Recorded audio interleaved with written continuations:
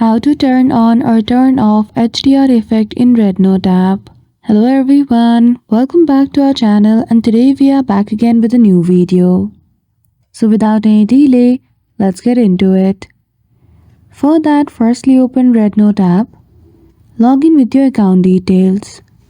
Click on your profile icon at the bottom right corner, go to setting, simply click on setting gear icon beside your profile.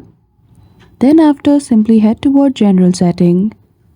In General Setting under Function, you see the option of HDR effect. To simply turn on this effect, toggle on this feature and then you are good to go. To toggle it off, you can simply turn off this feature in the General Setting again. And that's it. Just like that, you will be able to turn on or turn off HDR effect in RedNote app.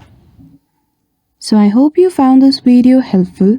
If you did, don't forget to give it a thumbs up and subscribe to our channel for such tutorial. Thank you for watching till the end.